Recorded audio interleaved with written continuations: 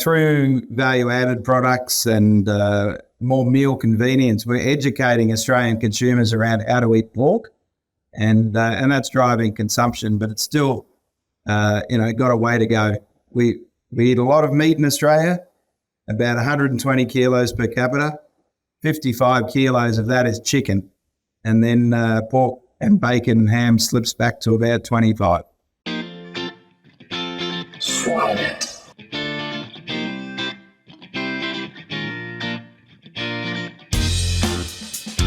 Hello, and welcome to our latest podcast, Swine podcast. I'm Jerry Purvis, your host, and today we have Dr. Robert Van Barneveld, CEO, Managing Director of SunPork. Dr. Van Barneveld, glad to have you here. Thanks, Jerry. Great to be here. I guess before we get started, we always like to maybe tell us a little bit about yourself and how you got to where you're at today. And so. Yeah. So I am the Group CEO of SunPork. SunPork is the largest pork producer in Australia. Small by world standards, but we're about 52,500 sows. We have 43 farms down the East Coast and into South Australia, and 7 farms in New Zealand. And then we have an abattoir in Queensland that processes 95% of Queensland's pigs and is the only export abattoir in that state. We have a shareholding in another abattoir in South Australia and a value-add plant in Brisbane. I got into my role accidentally. I'm a scientist originally, became a consultant, ultimately became chair of the SunPork board in about 2013. And then through a series of acquisitions, we had multiple CEOs reporting into the board. So I thought I'm going to take a change in my life and came into a management role. And I've been doing that since 2016 and loving the challenges. Feed flow is changing the way the swine industry sees feed. As the world's only on-pipe feed sensor, feed flow tells you exactly how much feed is being delivered to your animals, so you can be sure that every pig in your barn is well fed and growing. With industry-leading precision and up-to-the-minute real-time data and alerts, feed flow is a simple and affordable way to improve production outcomes across your organization. Feed is too expensive to ignore. Try feed flow today. So how would you maybe compare swine production there to maybe what we have in the States here? How is it similar or different? It's different, very different. Our feed costs are traditionally higher than yours, but they only ever, at the moment they're at record highs, but they're only about 63% of our production costs. So our labour and utilities and freight and things like that are massively higher than in the US. And in Australia, we're predominantly a skin-on carcass market, servicing the domestic industry. We have limited carcass exports, only to Singapore, some cuts into places like Hong Kong and Vietnam, but very much a carcass market, and our primary markets are the major retailers in the country who buy the pig. We then cut them to their specifications and make them shelf ready and play on. So as you can see, very, very different to how the US market operates. Yeah. So how would consumers there be different as far as what is taste very important? What are they looking for? Yeah, consumers in Australia compared to the US are pretty uneducated pork eaters. We had a very strong English base to our population. And for a very long time, there's been this, you must cook pork well to, make sure you don't get worms. And of course, we don't have trichinosis worms in Australia. On top of that, we have this challenge where we demand a very lean pig. So we can produce 110, 120 kilo carcass. I'm sorry, you'll have to do the conversion to pounds. We're metric here. We produce 110, 120 kilo carcass with an average back fat of 11.7 mils. So it's a very, very lean pig. And if you overcook that, it's quite a dry eating experience. So, through value-added products and more meal convenience, we're educating Australian consumers around how to eat pork, and that's driving consumption. But it's still, got a way to go. We eat a lot of meat in Australia, about 120 kilos per capita. 55 kilos of that is chicken, and then pork and bacon and ham slips back to about 25. Right. It sounds very similar to the point you made here. It seems even consumers here tend to overcook meats, and as the drive, as feed costs have gotten more expensive, those lean animals are going to be more efficient. And but as you say, you overcook those meats and it's like a piece of leather here. And so I think there's a good bit of educating to go around everywhere as far as how to cook. My mother, she overcooked meats, and my wife overcooks meat. So obviously, your wife doesn't listen to this podcast. I try to let them. I try to take care of the cooking of the meat. Well, very good. Something we talked about earlier, and just kind of leading the point. You just, I guess, had a paper just recently published looking at, the value of the net protein contribution of beets of animal production versus plant production, and I think that's very pertinent to the conversation that's going around today of the sustainability, of animal production.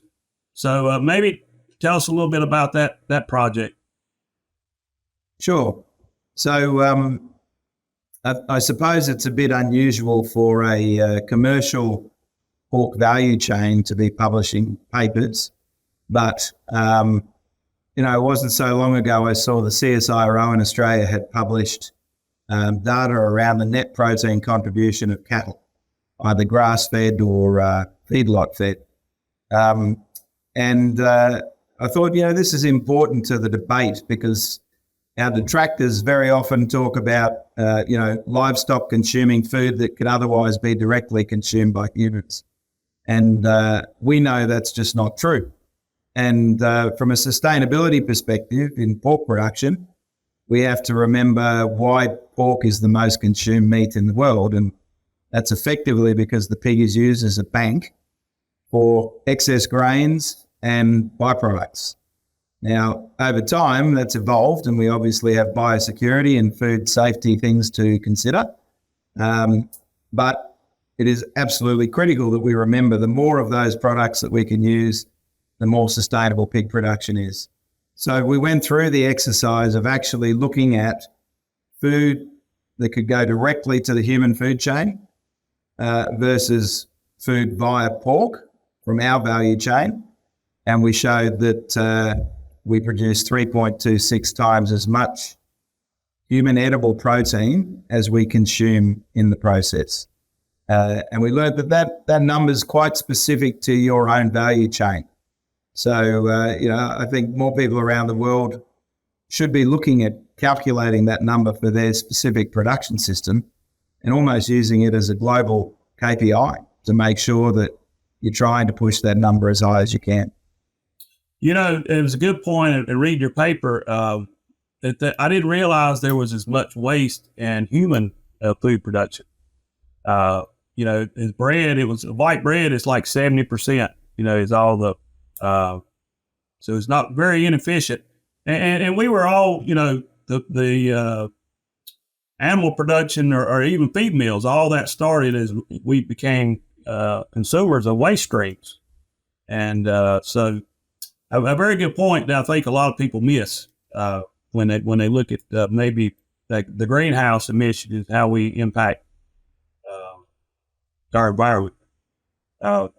Absolutely. And when you look at processing, it's just, if you look at it on an energy basis, it's incredibly inefficient between the paddock and a plant-based component reaching a human, even via an animal. And a lot of these people, when they talk about carbon contributions, etc., are only looking at scope 1 and 2 emissions. They do not look at scope 3 very often, which is where they need to account for all the byproducts they're not using. And you add them in, and these apparently low carbon emitting foods are actually very large contributors when you take the bits that don't make the human plate. Yeah, and you made some good points there. Also, talk a little bit about protein quality. The difference between maybe as nutritionists, we're dealing with amino acids, and our body has requirements for amino acids, not protein. So talk a little bit about the difference between meat derived protein versus plant derived. Yeah, I mean, that's actually the key when you look at human edible protein contribution. You have to not only look at the conversion rate, but you have to look at the protein quality as well. So on the surface, the calculations are very simple.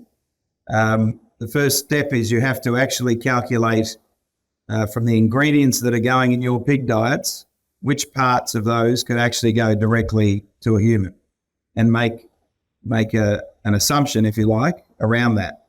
The reality is you could take a downgraded moldy wheat crop, and in theory, you could eat that if you're a human.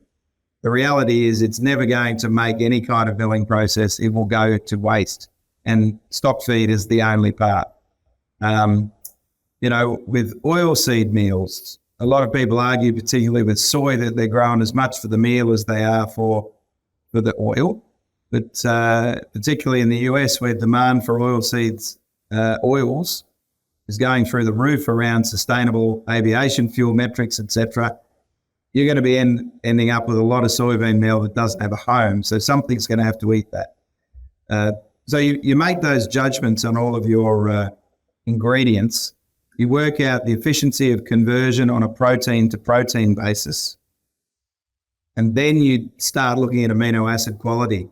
And you actually look at nutrient requirements of humans at an infant level. So that's going to be the highest requirement, and relate that back to the protein you've produced. And from that, you come up with actually the amount of protein with the right amino acid profile to meet the nutrient requirements of the human that is eating it. And from that, that's where the livestock products take off. And unfortunately, again, some of our detractors don't take that important step of calculating what you actually need from an amino acid perspective from the food you're eating. All they do is look at crude protein. And that's, we can't make judgments like that. That's not how the world works. Exactly. You made some good points about, having very expensive commodities where you're at. So what are some of the waste streams that you've been able to, to capture and be able to incorporate into your diets? Yeah. We spend as a business, so we consume about 310,000 tonnes of mixed feed per annum. As a business, we spend a very significant amount of time on our grain buying, and that varies depending on whether we're in the south of Australia or the north. So in the south, it's predominantly wheat and barley. In the north, it's wheat, barley, and sorghum. And we literally hunt for low-quality grains that, we watch weather patterns, we watch harvest patterns, we talk to integrators, we talk direct to farmers. We want the grain that they know is not going to make a premium market.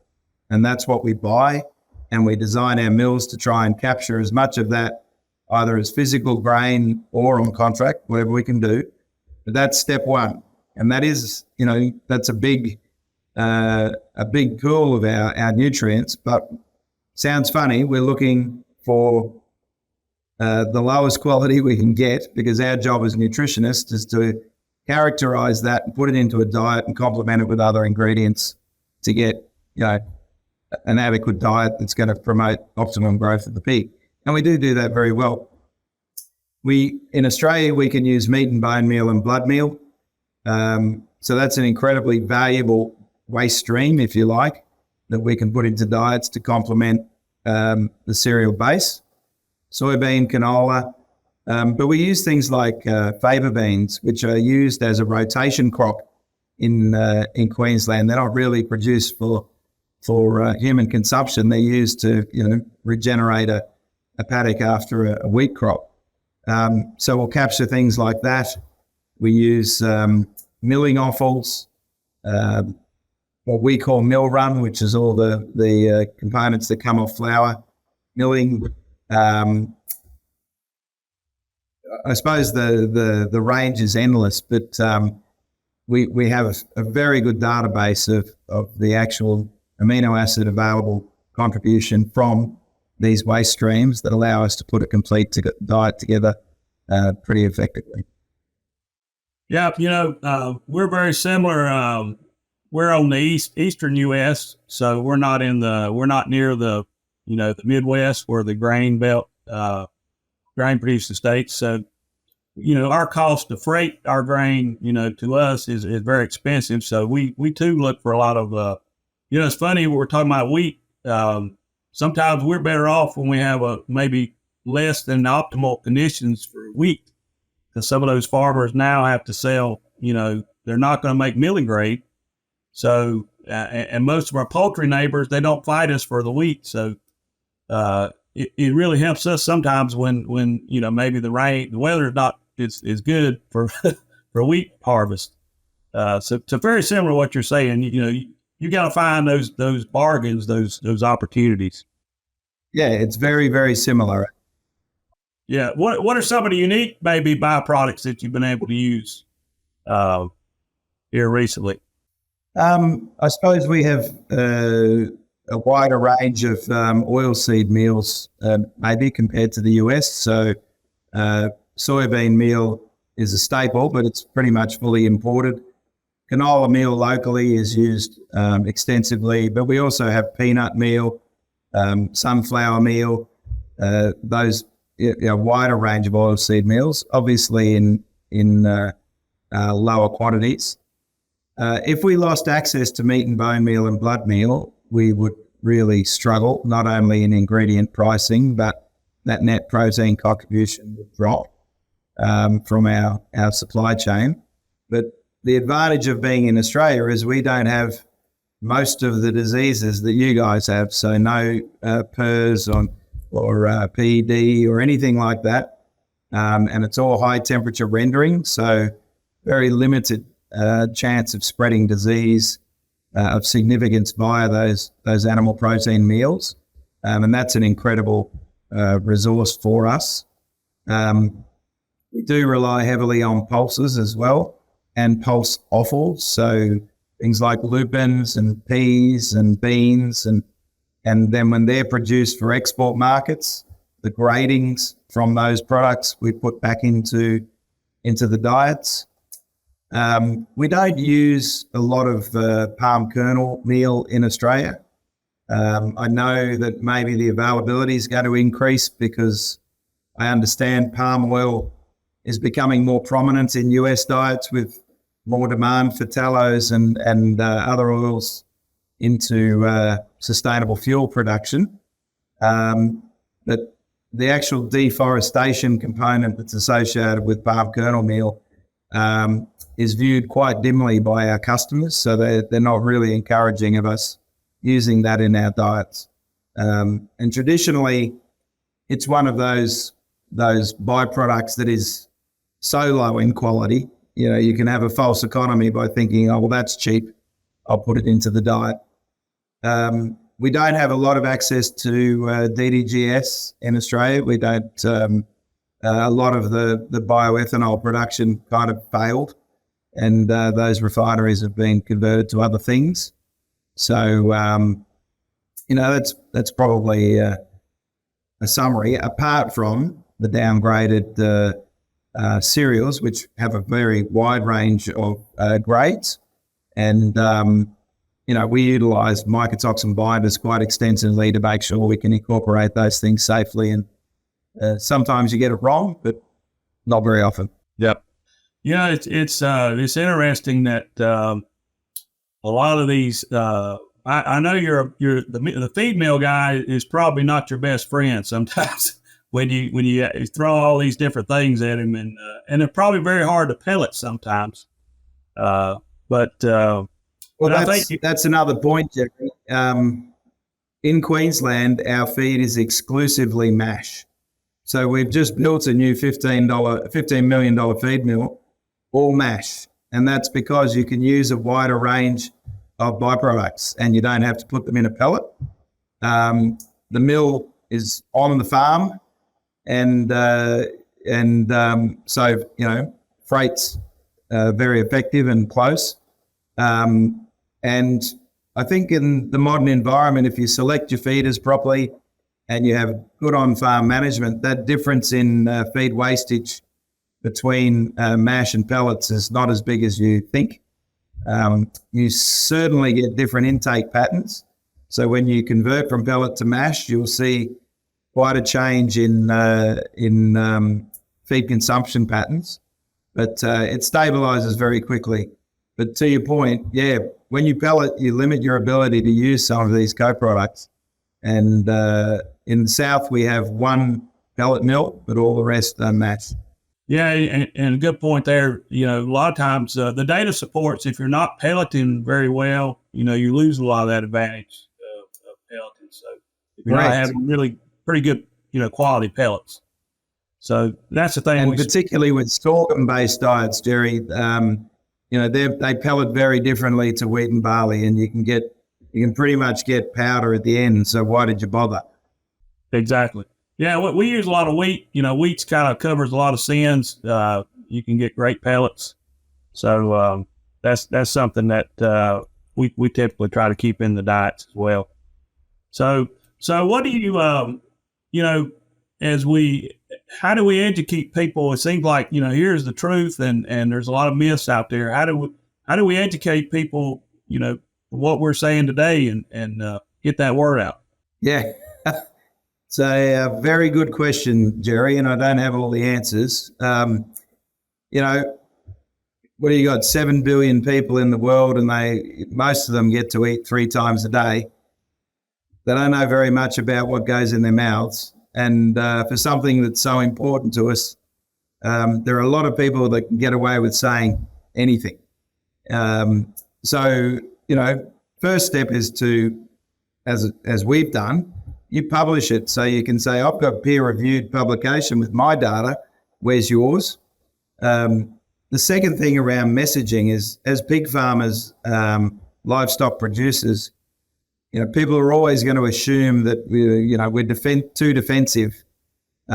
So we have to humanize this message, talk about the fundamentals of pig production, and sometimes we have to reflect on the way we produce pigs. If it's just things that could go straight into the human food chain, being driven in to produce as much meat on the other side without a lot of thought about why we're producing all that meat and where it's going to go, it's a less compelling argument. We're small enough in Australia to, it is worldwide, we're boutique, let's face it.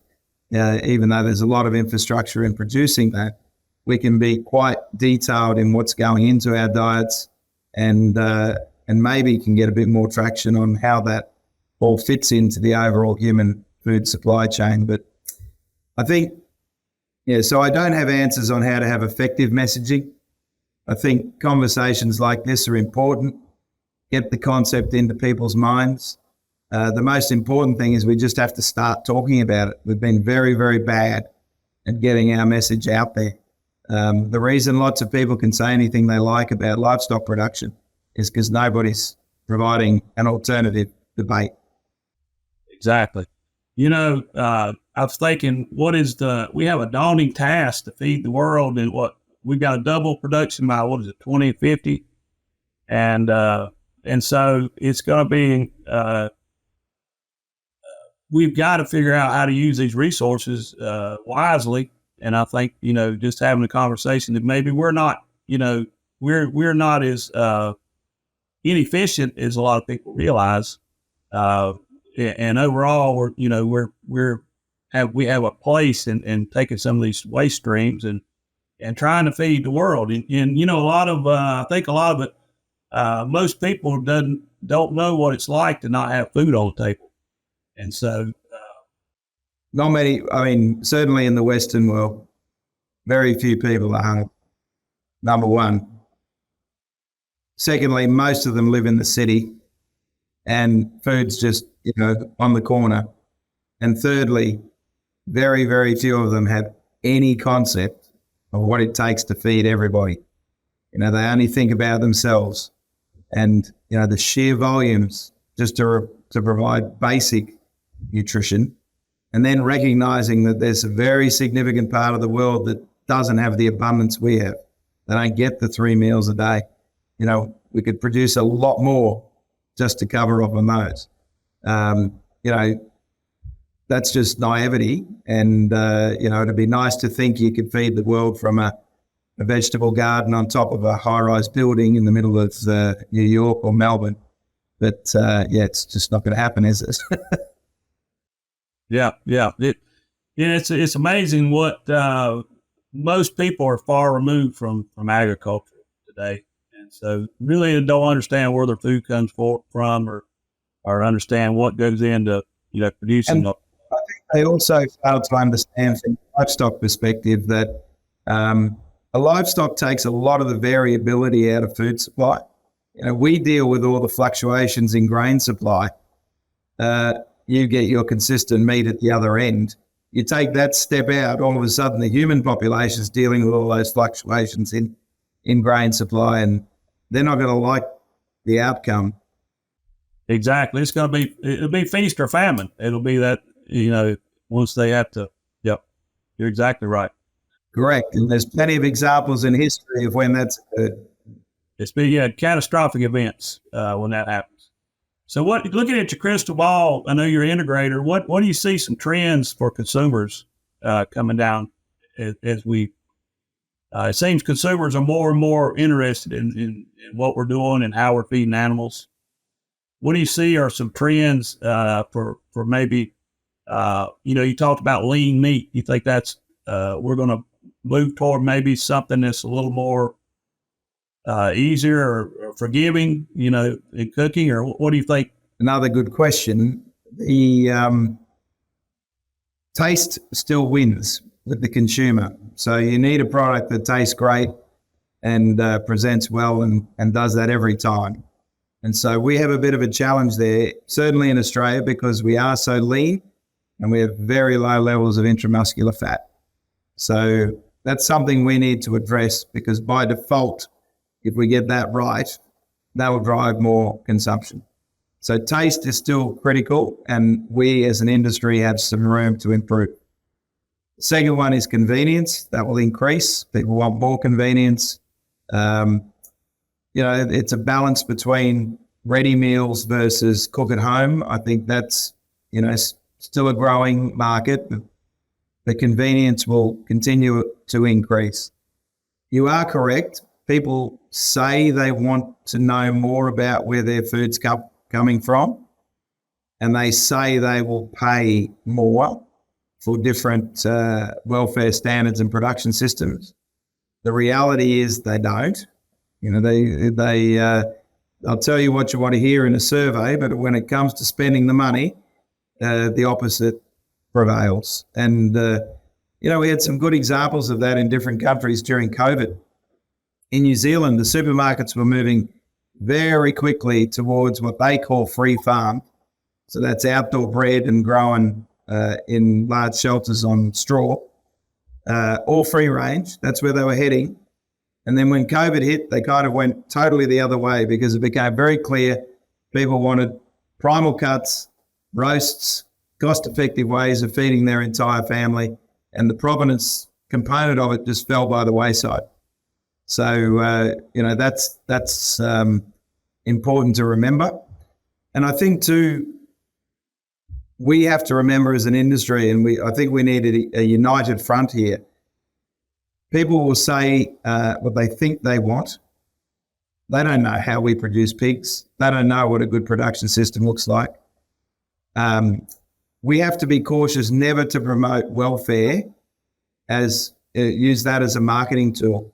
If something is genuinely better welfare, then everybody in the industry has an obligation to adopt it.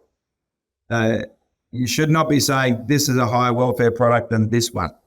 You can say this is a different production system that has different attributes, and let people make a choice on that basis. But if something is genuinely better welfare, then we need to, as a whole industry, adopt it and keep that standard across the board, and do that as a basic obligation as livestock producers, rather than use it as a marketing tool.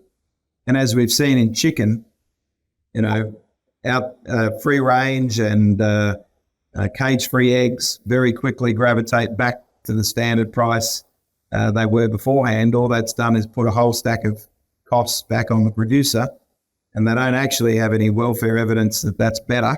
It's just that the retailers have said that production system is what we think our consumers want, so that's now our standard. Yeah, I think it's a good point. The science should be driving these welfare. If we find better welfare, we're morally and ethically, should adopt these practices across the board, no doubt. And those animals are more productive. When we have an animal that is happier, and we can improve their way of life, they're going to be more productive. So it behooves us to do that as well. All right. Well, very good.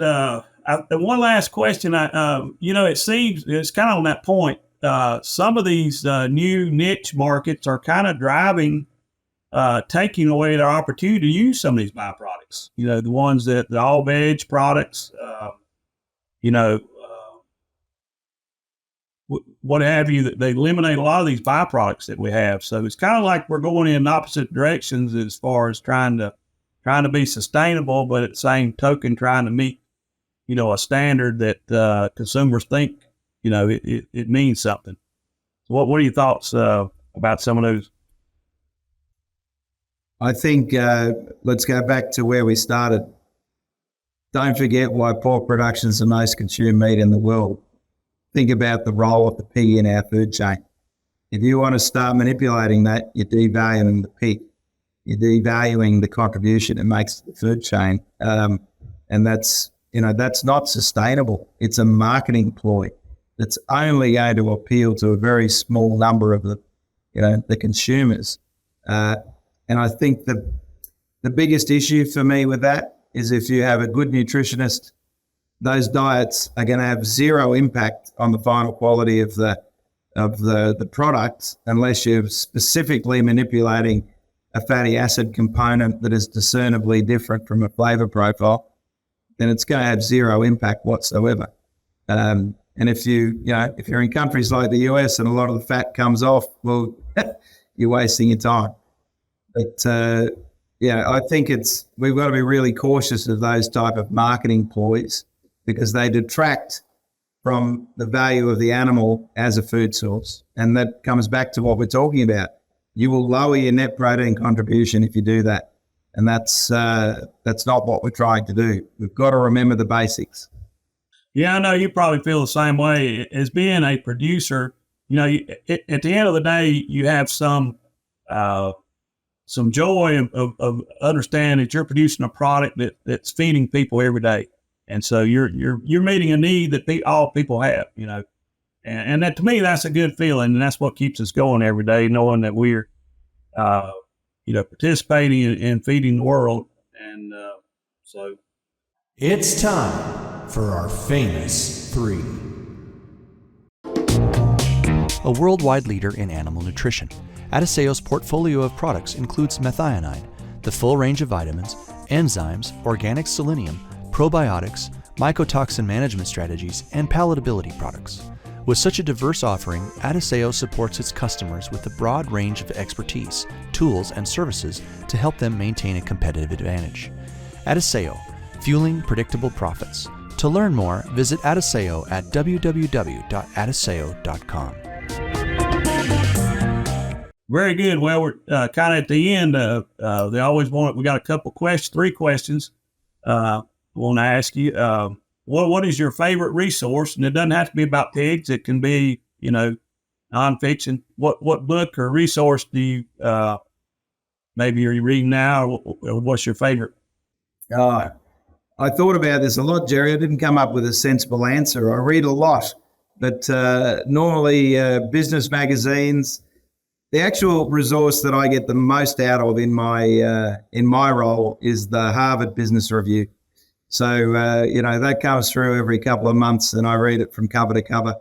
And I'm fortunate to be going to the Harvard Agribusiness Roundtable in Boston in January. I'm really, really looking forward to that. But I find that that resource from a business perspective is probably the one I gravitate to the most and look forward to reading the most. Very good.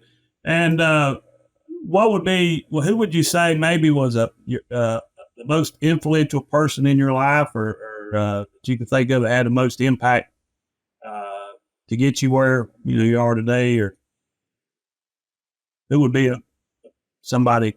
I've been around long enough to have had the privilege of meeting some fantastic members of the pork industry.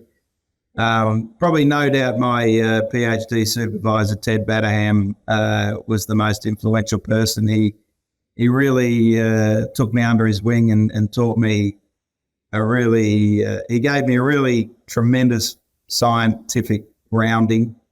It was very unfortunate he died when he was only 49. So, I've certainly outlived him, but he really set me up. And when he passed away, it kind of opened a lot of doors for me, because I was seen as his protege, and I'd say that accelerated my career significantly. Unfortunately, he wasn't there to share it, but he was very much a pivotal person in my life and career. Very good. Very good. And last, what would be some key traits that you think successful people have in our industry? What are some key things or abilities that mark a successful person or business? Yeah, I think working in agriculture, you tend to come across fewer egos than you do working in other industries, and I think that's a good start. I think also in agriculture, people understand the value of a hard day's work and really know what a hard day's work is. And when you're in agriculture, you love the industry you're in and you commit your life to it. Modern life today is, a lot of 20 to 30-year-olds are going to have 7 careers, not 7 jobs. I think while you learn new skills, your contribution is much less than people that have, had a long-term commitment to an industry and as you said, have a passion for feeding people and really understand the fundamentals of why they're in the business they're in. So they're the traits: persistence, hard work, and the down to earth. I reckon make agriculture a fantastic industry to work in. And I could attest to what you're saying too. It seems like people in agriculture have commonality. Doesn't matter where they're at. Across the world, we have the same. I would say same traits. Here suffice for what you're saying there. So very good. I mean, it's we're all. You never find that person in ag that's generally not a hardworking person or that's not had to face hardships and try to overcome issues, and it just makes for a really resilient person, and if they're going to be successful, there's going to be a lot of ups and downs, but at the end of the day, we live to fight another battle. That's what we do. Yeah, I think you've summed it up nicely, and lucky we have those people, because we'll all be pretty hungry without them. That's right. All right, very good. Well, enjoyed talking with you today, and we'll look forward to hearing more from you. Thanks, Jerry. Pleasure to be here.